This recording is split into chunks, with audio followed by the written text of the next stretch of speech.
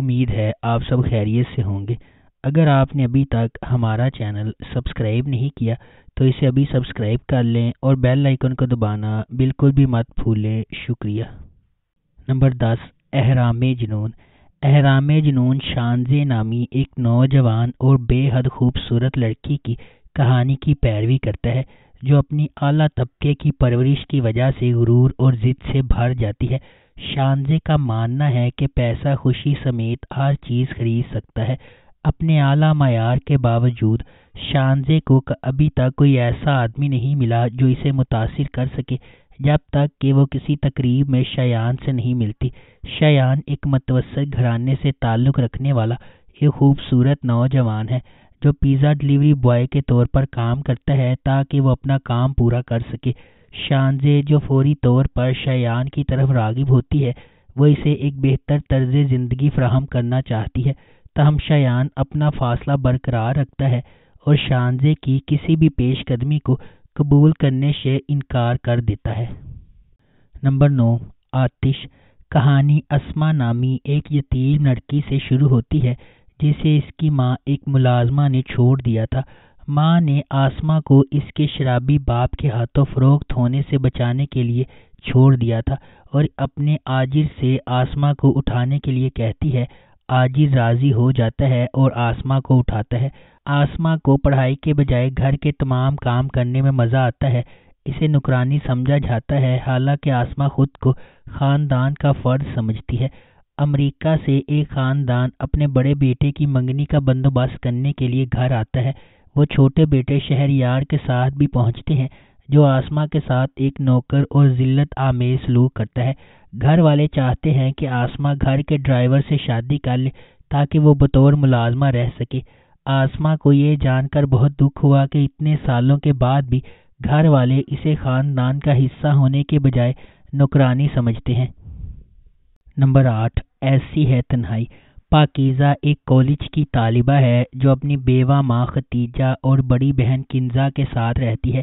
اسے اپنے ہم جماعت حمزہ سے محبت ہو جاتی ہے اور جلد ہی ان کی منگنی ہو جاتی ہے۔ دیر اثنا کنزہ کی شادی ایک معزز خاندان میں ہوئی ہے۔ ایک دن حمزہ نے پاکیزہ کو چیلنج کیا کہ وہ اس کے لیے محبت اور اعتماد کو ثابت کرے۔ وہ اپنے فون پر بولڈ تصاویر کھینچتی ہے اور اگلے دن وہ حمزہ کو ایک نظر ڈالنے کی پیشکش کرتی ہے۔ وہ شرمندہ ہوتا ہے اور اس پیشکش سے انکار کرتا ہے۔ اس کے فوراً بعد کچھ گنڈے پاکیزہ کا فون چھین لیتے ہیں اور اسے گولی مار دیتے ہیں۔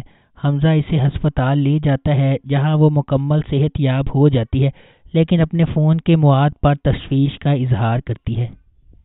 نمبر 7، الف۔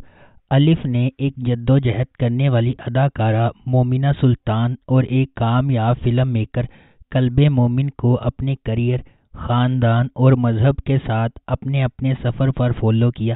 مومن اور مومنہ کی کہانی کے ساتھ ساتھ مرحومہ حسن جہاں کا المیہ بھی ہے۔ سیریل دونوں داستانوں کو خدا کے ساتھ فرد کے بندھن کو تلاش کرنے کے لیے پرت دیتا ہے۔ یہ سیریز ایک کامیاب فلم ڈائریکٹر کلب مومن کے لاپرواہ طرز زندگی کو دکھا کر شروع ہوتی ہے جو اپنی فلموں میں خواتین کو اعتراض کرتا ہے۔ وہ افسردہ نوجوان ہے جو ہر طرح کی دنیاوی عادات میں مبتلا ہے۔ مومنہ ایک جونیئر آرٹسٹ ہے جو اپنے انجام تک پہنچنے کے لیے جدوجہد کرتی ہے۔ انہیں تفریحی صنعت میں کوئی دلچسپی نہیں ہے۔ اس کا بھائی ایک ایوارڈ یافتہ چائلڈ ایکٹر تھا، لیکن اس کی طبی حالت کے بعد اس کا کیریئر ختم ہو گیا۔ اس کے والدین صرف اپنے بھائی کے لیے جی رہے ہیں اور مومنہ کی زندگی کی پرواہ نہیں کرتے۔ نمبر 6، ہم کہاں کے سچے تھے۔ کہانی 3 کزنز کے گرد گھومتی ہے، اسود، مہرین اور مشال۔ اسود عاجز اور ملنسار ہے اور مشال اور مہرین دونوں کے قریب ہے۔ مشال خوبصورت اور امیر ہے، مہرین غریب مگر سادہ ہے۔ تینوں اپنے بچپن کے بہترین دوست ہیں۔ مہرین اور مشال کی دادی مہرین سے نفرت کرتی ہے کیونکہ اس کے والد منشیات کے عادی ہیں۔ ایک دن مہرین کے والد اس کی بیوی رابعہ سے دھوکہ دہی اور منشیات خریدنے کے لیے اس کے زیورات چراتے ہوئے پکڑے جاتے ہیں۔ وہ اسے دھمکی دے کر چھوڑ دیتی ہے کہ وہ مہرین کو اپنے ساتھ لے جائے گی۔ منصور، مہرین کے والد، جو مہرین سے بہت محبت کرتے ہیں، اپنی بیٹی کے اس سے ہمیشہ کے لیے دور ہونے کے خیال کو برداشت نہیں کر پاتے اور ہیروئن کی زیادتی کی وجہ سے خودکشی کر لیتے ہیں۔ مشال اپنے والدین کو یہ کہتے ہوئے سنتی ہے کہ منصور منشیات کا عادی ہے اور مہرین سے ایسا کہتا ہے، جس کی وجہ سے وہ جھگڑتے ہیں اور ایک دوسرے سے نفرت کرنے لگتے ہیں۔ نمبر 5، عشق زہر نصیب۔ گوہر ایک غریب لیکن خوش شکل لڑکی ہے جو کاشف نامی لڑکے سے محبت کرتی ہے۔ کاشف بھی اس کے لیے سنجیدہ ہے اور وہ دونوں ایک دوسرے سے شادی کرنے کا ارادہ رکھتے ہیں۔ تاہم ایک دن انہیں گوہر کے بھائی سلیم نے ایک ساتھ دیکھا جو اس کے لیے مشکلات پیدا کرتا ہے۔ نتیجتاً وہ ایک بدتمیز کزن جہانگیر کی تجویز قبول کرنے پر مجبور ہو جاتی ہے کیونکہ اس کے والد ان کے قرض دار ہیں۔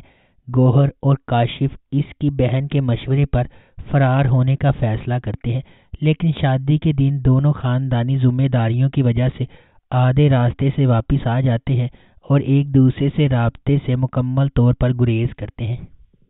نمبر 4، ثبات۔ میرال ایلیٹ فیملی کلاس سے تعلق رکھنے والی ایک مغرور نوجوان لڑکی ہے جو کنٹرول کرنے والی اور انا پرست ہے۔ مختصر یہ کہ وہ ایک نرگسیت پسند شخص ہے۔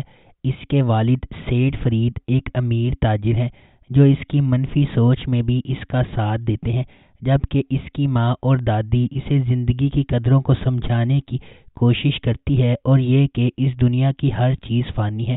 وہ ہمیشہ اپنی دادی کے ساتھ بدتمیزی کرتی ہے کیونکہ وہ اسے مشورہ دیتی ہے کہ اس کی خوبصورتی اور ذہانت ایک دن ختم ہو جائے گی۔ نمبر 3، باغی۔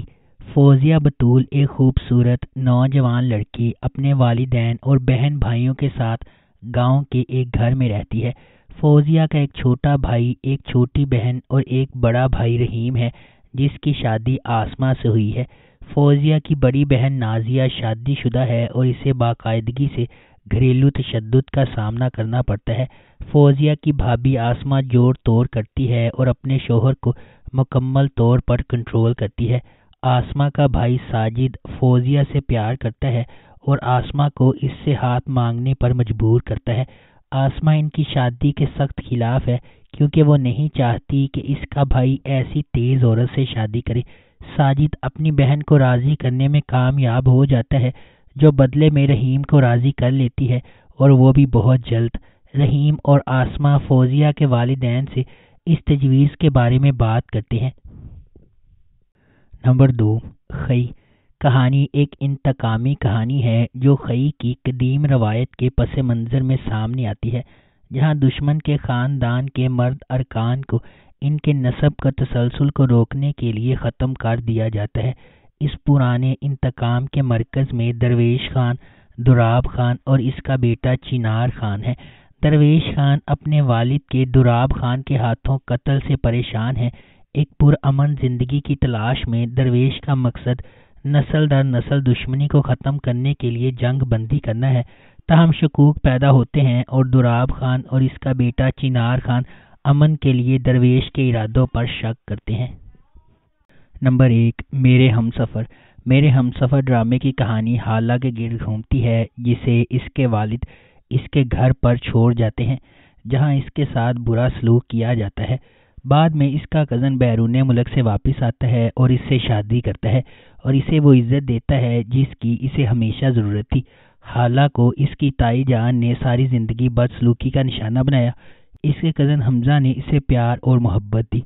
اگر آپ کو ہماری یہ ویڈیو پسند آئی ہے تو اسے لائک کریں، شیئر کریں اور ہمارے چینل کو سبسکرائب کرنا بالکل بھی مت بھولیں۔ شکریہ۔